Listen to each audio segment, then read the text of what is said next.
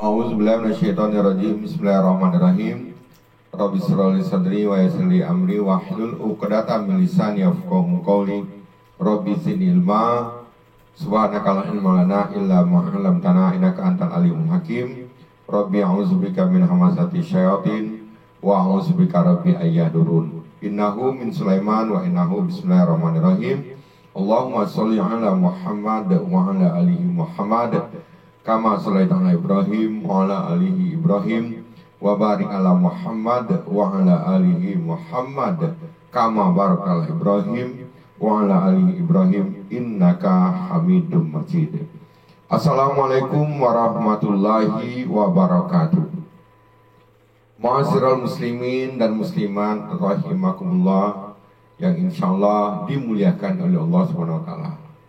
Pada kesempatan ini kita akan membicarakan tentang tugas, fungsi, kewajiban atau tujuan kita sebagai manusia ini yang Allah ciptakan. Yang pertama, manusia itu diciptakan oleh Allah adalah fungsinya manusia itu adalah sebagai khalifah. Sebagaimana di dalam Al-Quran suratnya 2 Al-Baqarah ayatnya 30. Allah berfirman, A'udzubillahi minasyaitonirrajim. Wa iz qala rabbuka lil malaikati inni ja'ilun fil ardi khalifah. Jadi ingatlah ketika Tuhanmu berfirman kepada para malaikat. Allah ngomong sama para malaikat, sesungguhnya aku akan menciptakan manusia di muka bumi ini sebagai khalifah. Bahkan malaikat pun protes kepada Allah, kenapa Allah menciptakan manusia sebagai khalifah, pemimpin di muka bumi, sementara kami yang selalu bertasbih, memuji dan patuh taat menjalankan semua perintah darimu. Padahal nantinya manusia itu akan membuat kerusakan, kehancuran di muka bumi. Tapi apa jawab Allah? Aku lebih mengetahui, kamu tidak mengetahui. Ini jawab Allah. Nah ini Allah telah menciptakan manusia di muka bumi ini. Fungsinya adalah sebagai khalifah. Khalifah fil ardh, pemimpin di muka bumi. Kita semuanya manusia itu adalah pemimpin. Ada yang pemimpinnya pemimpin negara, ada pemimpin dunia, ada pemimpin daerah, ada pemimpin desa, ada juga pemimpin di dalam rumah tangga, ada juga pemimpin di dalam keluarga. Itu semuanya jadi pemimpin. Kemudian ada aturannya. Aturan adalah agama yang kedua. Yang pertama adalah fungsi sebagai khalifah, yang kedua aturan adalah kewajiban. Di samping kewajiban, tugas hidup adalah apalah? Aturan hidup adalah al-Islam. Aturan hidup adalah agama kita, agama Islam. Sebagaimana dalam suratnya 3 ayat 19. Allah berfirman, A'udzubillahi minasyaitonirrajim. Innad dina indallahil Islam. Sesungguhnya agama yang diridhoi oleh Allah itu adalah agama Islam. Bahkan di ayat yang lainnya, ayat 85-nya kata Allah, A'udzubillahi minasyaitonirrajim. Barang siapa mencari agama selain agama Islam tidak akan diterima. Ini makanya hidup ini ada aturan. Agama itu adalah aturan yang mengatur semua. Kalau tidak ada aturan akan amburadul. Di dalam ayat suratnya 5 ayat 3, Al-Islam sudah diridhoi, Islam sudah disempurnakan kalau kita sudah bisa menjaga makanan. Salah satunya yang tidak boleh kita makan, makanan yang haram itu kata Allah diharamkan atas kamu. Yang pertama adalah bangkai. Bangkai itu sapi mati yang tanpa disembelih, burung mati nggak disembelih, ayam mati nggak disembelih. Satu bangkai. Yang kedua darah. Yang ketiga daging babi. Yang keempat, binatang ternak yang disebut selain nama Allah, ini juga haram. Oleh karena itu makanya kita berhati-hati dalam makanan supaya makanan itu akan menjadi darah. Kalau makanan menjadi darah itu kalau makanan kita tidak halalan thayyibah mubarakah, nanti setan masuk mengikuti darah. Itu yang kedua. Yang ketiga, landasan hidup. Kita punya landasan hidup. Apa itu landasan hidup? Adalah al-iman. Iman diakui di dalam hati, diucapkan dengan lidah, diakui di dalam hati, dilaksanakan dengan perbuatan sesuai mengikuti pola Rasulullah Sallallahu Alaihi Wasallam. Makanya di hadisnya mengatakan al-imanun qaulun wa amalun wa niyatun wa sunnatun. Iman kalau kita lihat dalam surahnya Al-Baqarah surat 2 ayat 177, kata Allah, a'udzubillahi minasyaitonirrajim, laisal birru an tuwallu wujuhakum qibalal masyriqi wal maghrib. Bukanlah menghadapkan wajahmu ke arah timur dan barat itu satu kebajikan, akan tetapi kebajikan itu adalah man amana billahi wal yaumil akhir. Iman kepada Allah, iman kepada hari akhir. Iman kepada malaikat, iman kepada kitab, iman kepada nabi. Setelah kita beriman kepada yang 5 ini, kemudian katalah wal malaikati wan nabiyyin wa atal mal ala hubbihi zawil qurba wal yatama wal masakin wa benis sabil.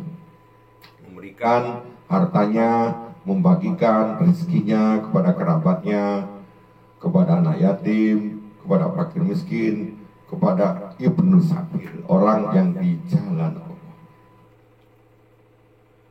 Di samping dia itu sudah melaksanakan tadi, sudah beriman, dia mengeluarkan infak zakat sedekahnya, wasailina firqob, dan memberikan orang-orang yang minta-minta dan orang yang dibebaskan perbudakan, wa aqomus sholah, yang ketiga mendirikan sholat. Setelah dia mendirikan sholat, wa atuz zakah, mengeluarkan zakat lagi. Kemudian apa lagi? Wal mufuna bi ahdihim iza ahadu, dia menepati janji apabila dia berjanji. Kemudian apa lagi? Wasabirina fil ba'sa wad-dharra'i wa hinal ba's, orang-orang yang sabar dalam kesempitan, penderitaan, peperangan. Yang namanya hidup ini kan banyak cobaan. Oleh karena itu kita sabar. Kalau kita lihat dalam surahnya 3 ayat 200, a'udzubillahi minasyaitonirrajim, bismillahirrahmanirrahim. Sabar, tingkatkan kesabaran, hati-hati, dan takwa, tawakal kepada Allah. Sabar. Dan juga bagi orang yang sabar itu balasannya tanpa batas. Balasannya tiada batas. Nah ini yaitu orang-orang yang beriman. Landasan hidup adalah al-iman. Kemudian setelah dia punya landasan hidup, sama orang tuh kalau mau mendirikan bangunan yang kuat, yang kokoh atau bertingkat-tingkat, itu pasti landasannya, pondasinya harus kuat. Begitu juga iman kita harus kuat, tidak tergoyahkan. Kemudian kita yang keempat, kita punya tugas hidup. Tugas hidup kita adalah berdakwah. Tugas hidup kita adalah mengabdi. Makanya Allah berfirman di dalam surahnya 51, ayatnya dari 55, 56, 57, 58. Nanti dibaca saja di rumah, kita ambil intinya saja. Kata Allah, tetaplah memberikan peringatan, sebab peringatan itu bermanfaat bagi orang-orang yang mukmin. Apa itu peringatannya? Makanya ini dikatakan bahwa tugas kita adalah mengabdi. Allah berfirman, dilanjutkan, a'udzubillahi minasyaitonirrajim, wa ma khalaqtul jinna wal insa illa liya'budun. Kami tidak akan menciptakan jin dan manusia melainkan hanya mereka itu untuk mengabdi kepadaku, untuk beribadah kepadaku.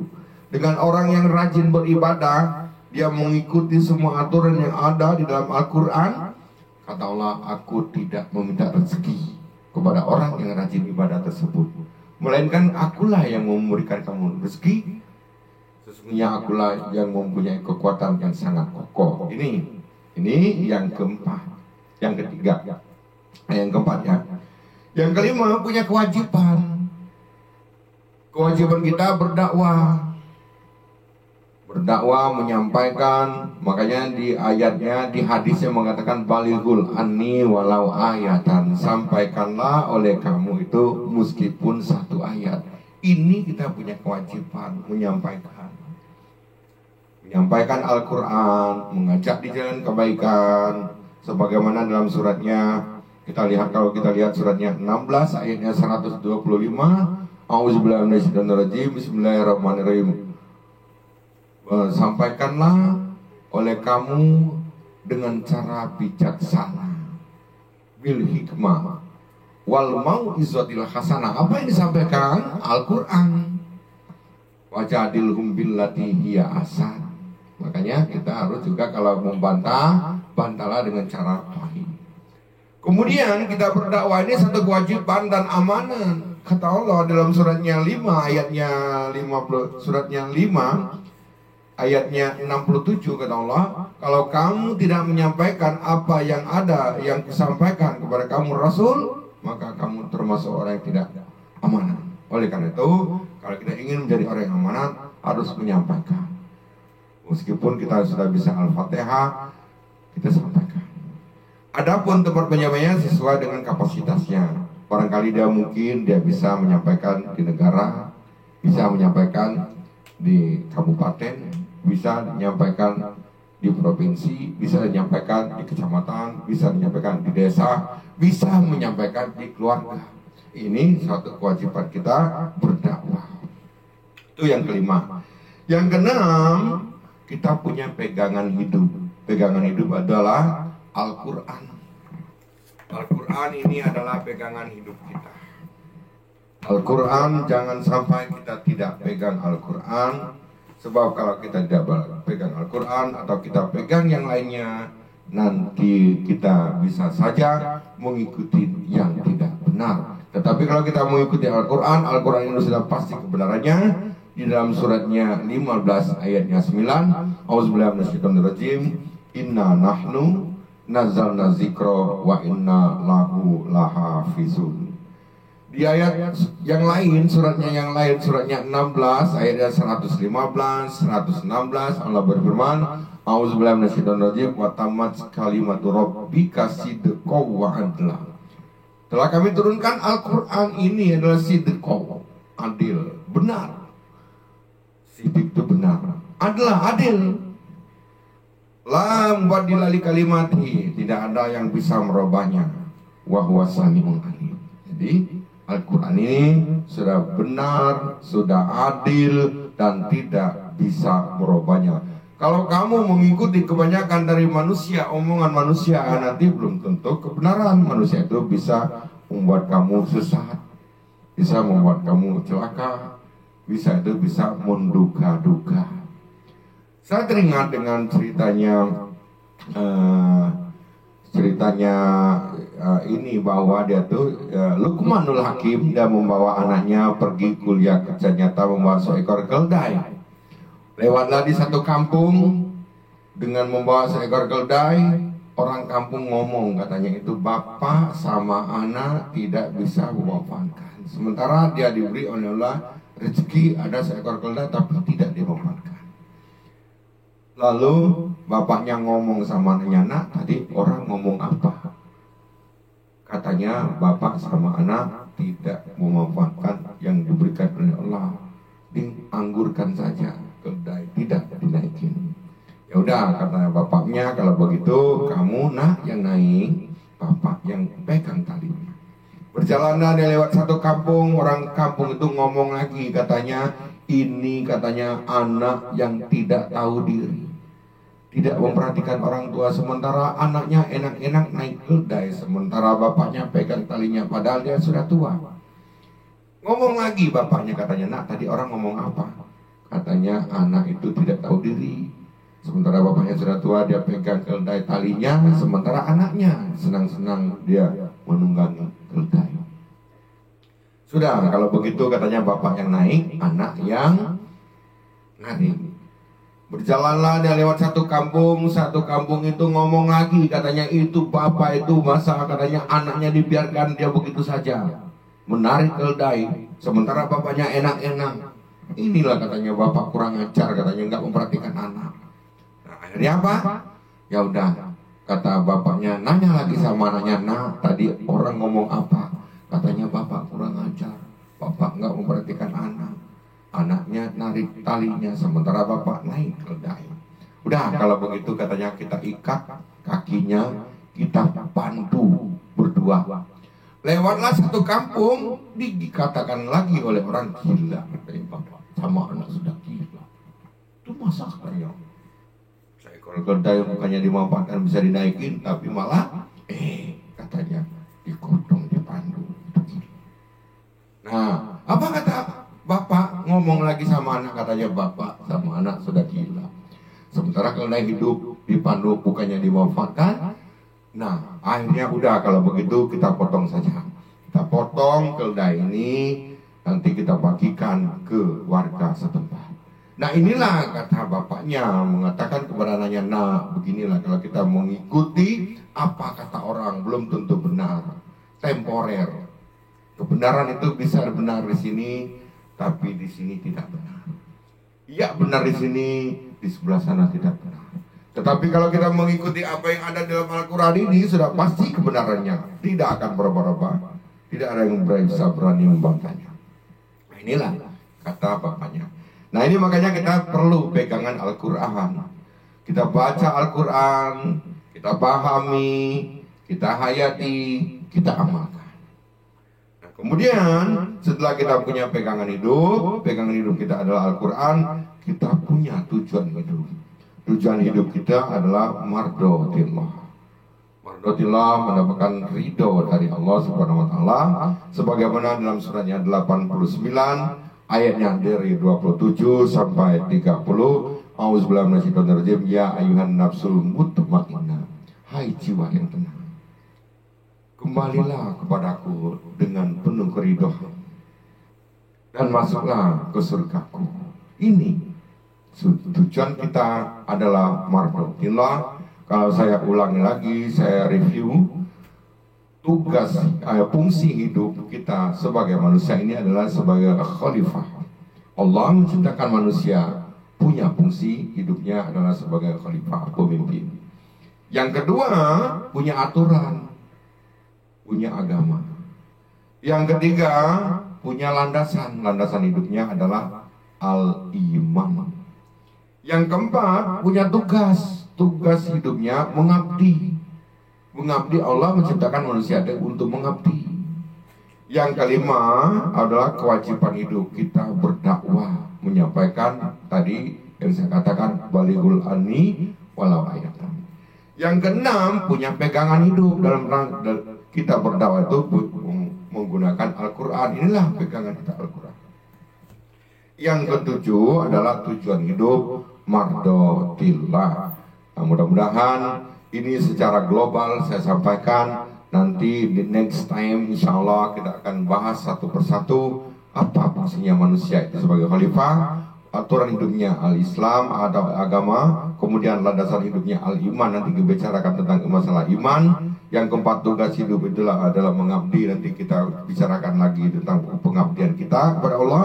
Dan kita juga punya apalagi pegangan hidup Al-Quran, nanti bahas semua satu persatu, kita akan bahas lagi tentang pegangan hidup kita Al-Quran. Yang ketujuh, mardotillah, harapan kita mendapatkan ridho dari Allah, senang di dunia, senang di akhirat. Kita kembali kepada Allah dengan hati yang suci, jiwa yang tenang, dan kita masuk dalam surganya Allah Subhanahu wa taala.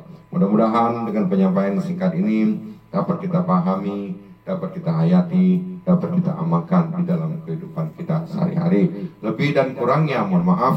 Wassalamualaikum warahmatullahi wabarakatuh.